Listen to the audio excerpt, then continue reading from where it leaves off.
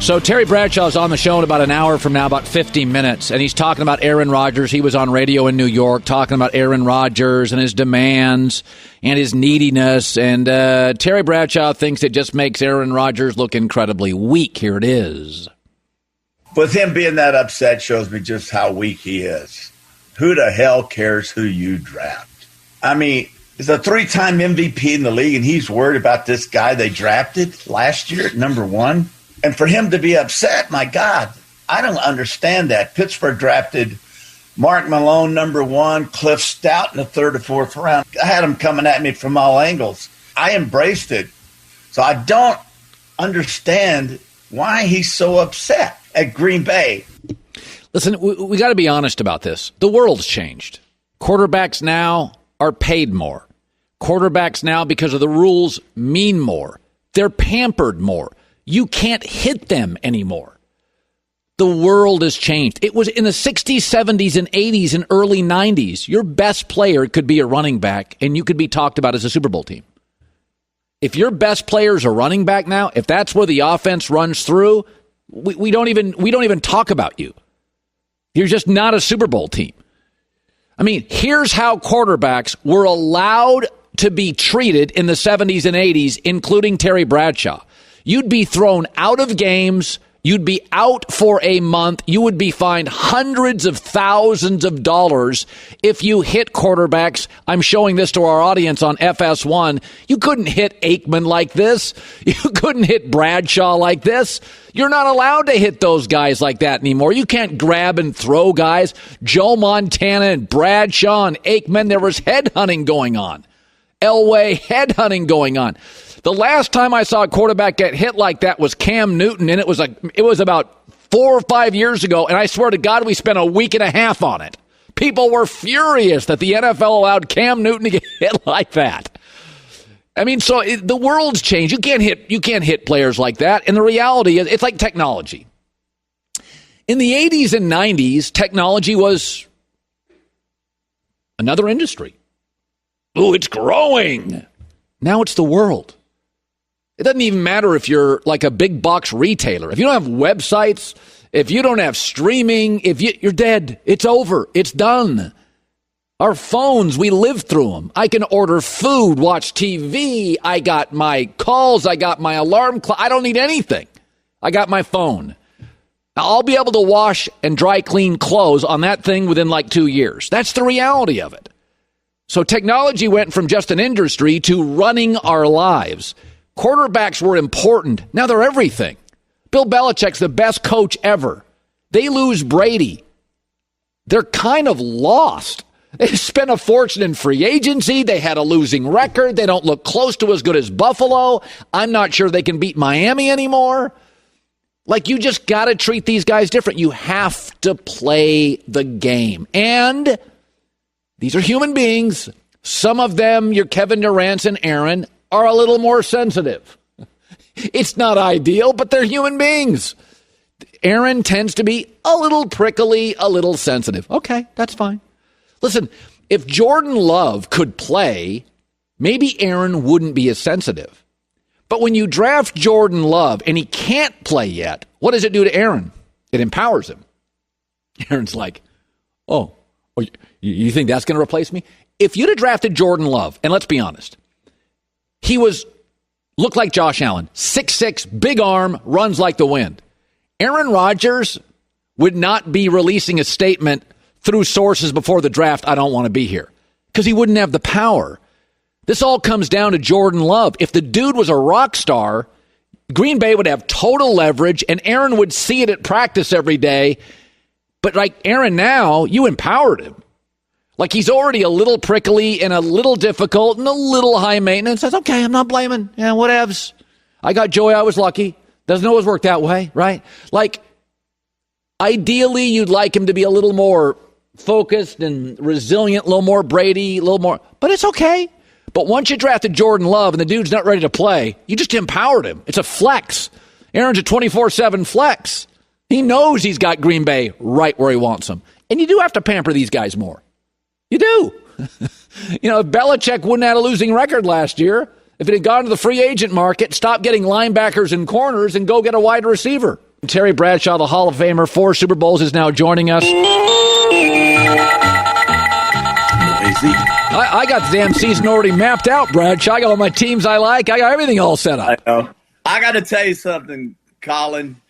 That's impressive. I'm sitting here listening to you name all these people, and I don't even know all the head coaches yet. And I'm like, man, this guy's sharp. That's why you're making the big bucks. You work every day. You got a full-time gig. Yeah. And I came in, I've been out on the seats. We just picked okra last week, and we're out on the highway. We got a big stand there, and we're selling stuff, just trying to get some cash. Been rough. Well, let me say this. You made news yesterday because you said, oh, yeah. You said Aaron comes off a little weak. So I'm going to listen. I rarely disagree with you, but I want to say this first, and you react to it. That we live in a time now, Terry, where you can't touch the quarterback. The whole league is built. All the rules now are quarterback. Even Belichick looked lost last year when he lost a quarterback. Don't you have to in 2021, Terry? Don't you have to pamper a little bit the quarterback? The whole league now is built around. You used to be able to have great running backs and an average quarterback, and we go, boy, that's a Super Bowl team. If you don't have a quarterback now, Terry, we just kind of cancel you. We don't even talk. So do you have to baby Aaron a little? No, I don't think so. I disagree with that. I do think that our superstar quarterbacks, our superstars, period, feel a little bit empowered by their fame and certainly by their fortune. And I do believe that while Aaron Rodgers is phenomenal, look, he's an incredible player. But I could sit here and tell you right now, he has probably the worst footwork I've ever seen for a starting quarterback. I mean, I was talking to John Zarnecki this morning, and I said, he's an amazingly accurate. He protects the football. He puts up monster numbers, but his footwork is all over the place. And I don't know if that's because he got hit a lot. He's out of position and doesn't trust his lineman. Very seldom steps into a throw. Pretty impressive, actually. Yeah. But I do believe they are a little bit pampered. A lot of coaches would say, you know what? He deserves to be pampered. He's this, he's that. And I say, look, you signed a contract. You've got a couple of years left on that. If you want to be like Tom Brady, play out your contract and then move on. But in this case, you can't force. Aaron Rodgers coddled maybe too much. He has no right to want to get the GM fired. What right does he have? No more right than I have to call Eric Shanks and say, tear my contract up. I had a really good year. And you go, well, you've got 4 years left on it. Yeah, but I had a really good year. And I'm Terry Bradshaw, and I'm a superstar. I don't believe in that. I'm old school. You know that. And I just think these players are just – look, he wants to go to the West Coast 49ers. They eliminated him from that. He's not going to San Diego, and he's certainly not going to the Rams now. I don't know where he can go because they're going to have a cap hit there in Green Bay that's monstrous. And I'm support Green Bay here. Make him come back. Make him come back to you. Don't go to him. Make him come back to you and answer for it. Or he can retire and move on and do Jeopardy, whatever it is that he wants to do. But, by the way, that retirement thing is interesting. Yes. It is. Now. Yes. I mean, it's kind of crazy. Like, in your day, you didn't make the money that they do now. He's made $1 zillion. So let's say you had $100 million in the bank account or whatever Aaron has. Right. Could you have retired with only 2 Super Bowls or 1 or 2 if you just, Chuck Nolan, he was tough on you. You didn't get pampered. Right. They were drafting Mark Malone. Noel was yelling at you all the time. Lift out. They brought him in from all over the place. Could you have, if you only had 1 Super Bowl or 2 and you were just tired of it and you had a lot of money in the bank, could you have retired early? Absolutely. Are you kidding me? You're talking to here. If I had $100 million in the bank and I'd won 1 Super Bowl and I had all these disagreements with the head coach or the front office and I've had a belly full of it and they're not doing what I want them to do, absolutely I could retire. I got $100 million in the bank. But, hey, listen, 95% of Americans don't understand this talk. Listen, 95% of the people in this country who keep this country going don't understand I want to go somewhere else. I'm not happy in Green Bay. They didn't get me a wideout. Well, weren't you the MVP in the league last year? Yes. And I've been the MVP 3 times now. But I'm not happy, and I want to go somewhere else, or I want that general manager fired, or I can't believe they drafted a number 1 last year at quarterback. I mean, that just ticks me off. I don't understand that kind of thinking. I'm sorry. I'm just a little bit old school there.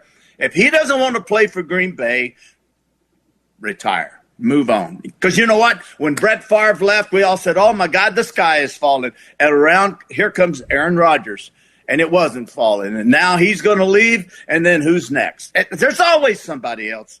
Colin, I don't know why we have to coddle these guys so much. Terry Bradshaw says anything about a superstar quarterback, I'm jealous or I'm just stupid. Or they come up with all these different things. He must have been drinking, you know, and I probably was, but it doesn't make any sense to me why you feel empowered. Why do you feel empowered? Just because you are in Green Bay and you're Aaron Rodgers and you've accomplished all this. Hey, my friend, I want to remind you something. Tom Brady played his contract out. Tom Brady's won 7 Super Bowls. Last time I looked, Aaron, you've won 1. There you have it. Yeah. You know, all these young quarterbacks come in, and it was different in your day. You didn't have 7-on-7 camps when you were 9 years old and 10 years old. These guys now, they have a zillion throws. By the time they're 12, they're all ready to play. I know. But I do look at some of them, and I think they can win games now. You know the guy I feel sorry for? That Zach Wilson kid from BYU. Because, first of all, Terry, that division, Brian Flores, Sean McDermott, and Belichick are 3 of the top 4 defensive coaches in the league. It's a bad O-line. They want him to play day 1. I look at that and I think to myself, when you went to the Steelers, did you have to start day 1? What were the expectations? Was there a lot of pressure? Oh, golly, it's back when we were in leather helmets. I don't know what. Were we even on television back then? I started day 1, but I wasn't very good. Yeah. And Colin, I agree with you here. I liked Zach Wilson a lot, and he's such a nice kid. He's such a nice kid that I'm even saying maybe he's a little bit naive. Maybe he's like me, because he's going to New York, and he is a kid that's probably going to struggle, and you know what's going to happen. They're going to start screaming. And how well does he handle adversity? How well can he put up with the media and all the distractions? And why aren't you this and why aren't you that? And he can't get in front of the reporters and go, well, my offensive line's not very good. My wide receivers aren't very good. Oh, and by the way, I don't have a tight end either. Oh, and running game? Well, we don't have a running game. I mean, I really feel for this kid. I hope I'm wrong. I've talked to his father. His father's a fabulous man. They're a wonderful family. And I just think he's going to get beat up, and we're going to find out how tough he is.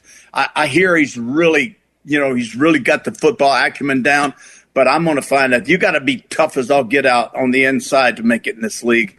And New York will toughen you up for sure. I like him a lot. I don't know what he weighs right now, but by the time the season's over with, you can probably deduct 25 pounds because he's going to be running for his life. Terry Bradshaw is joining us. You know, Terry, it's a different world where, you know, expectations, media, noise, all this stuff. You know, I was talking to somebody the other day. I was talking to Michael Irvin. I said, God, you and Joe Namath are lucky there wasn't an iPhone. And Michael is always funny. Michael says, forget the iPhone. He goes, I couldn't get out of trouble in the 11 o'clock news era. Forget the iPhone here. I've been in trouble every 15 minutes. And I look at you and these young kids. I'm always kind of amazed, Terry. Most of these young quarterbacks are so mature. They really are. Were you mature at 21? What were you like? No. Listen. I was so naive, so immature. Listen. If I came out today out of Louisiana Tech, I would probably be a 5th or 6th round draft pick. I would not be the first pick in the draft. I was no way was I ready to be a starter in the National Football League. Between my ears, physically, yes, but I had to learn so much about the media. And listen, you're right. There's 2 or 3 reporters I had to deal with. I can't imagine what these kids are going through with. When you come out of Florida, when you come out of Alabama, like Mac Jones is doing, when you come out of these big programs, you're on television all the time, you're constantly being interviewed. You go through a little bit of duress while you're performing, maybe not. Most of these big-time quarterbacks we have today have never been criticized in the NFL. I'm always jealous of a guy like John Elway, who was adored. Dan Marino, I mean, he's worshipped in Miami. Dan Fouts, I always say, God, what would it be like to do that? But then again, I look at myself and I say, well, I had to grow up. And I will give Chuck Noll credit for this. He put me in tough situations, and I very easily could have just disappeared. And then I finally, I told my agent, Ira Stolberger, I said, you know what happened? I got downright nasty. I got downright mean and nasty. And inside, emotionally, I just hated everybody, and I just took it out on everybody. They didn't know it, but that's what motivated me. That's what got me. That's what saved me in the NFL. Because if I hadn't done that, Colin, I was out. I was gone. I was not ready at all. Most of these guys, you're right. I don't know about the guy at North Dakota State that went to San Francisco. I don't know anything about him. I don't know anything about him. He's the only one I don't know anything about. Listen, I like Travis that went to Tampa Bay out of Florida. I like him a lot. Yeah. So, and there's a kid that's already been through every bad thing that can happen for a kid. Never starting in high school, never starting and walking on at Florida. And now look at me, went to the 2nd round to Tampa Bay. And I know a little bit about him. And I'm saying, no, that's the kind of guy I like, a guy that's been through it and and survived it.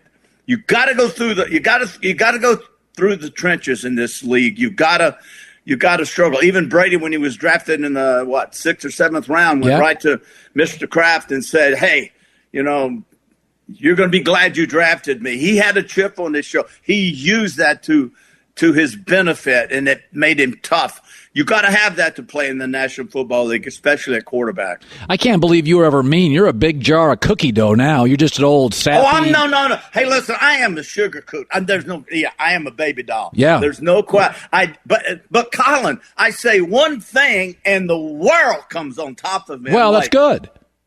Yeah. Well, I guess. I mean, what's wrong with that? That's right. If you asked me a question, yeah.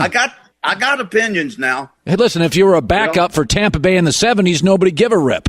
But you got a bunch of rings, so everybody gives a rip. That's the good news. Oh, and by the way, since I'm being honest, what happened to the beard? I thought you looked really good. Now it's gone. Nope. I meant to say what? The it's gone. Mustache looked terrible. Terry, it looked terrible. It was what? Your wife say you know what? I looked in the mirror one day and I thought, I wouldn't want to be friends with you. And I thought, I got to get rid of it.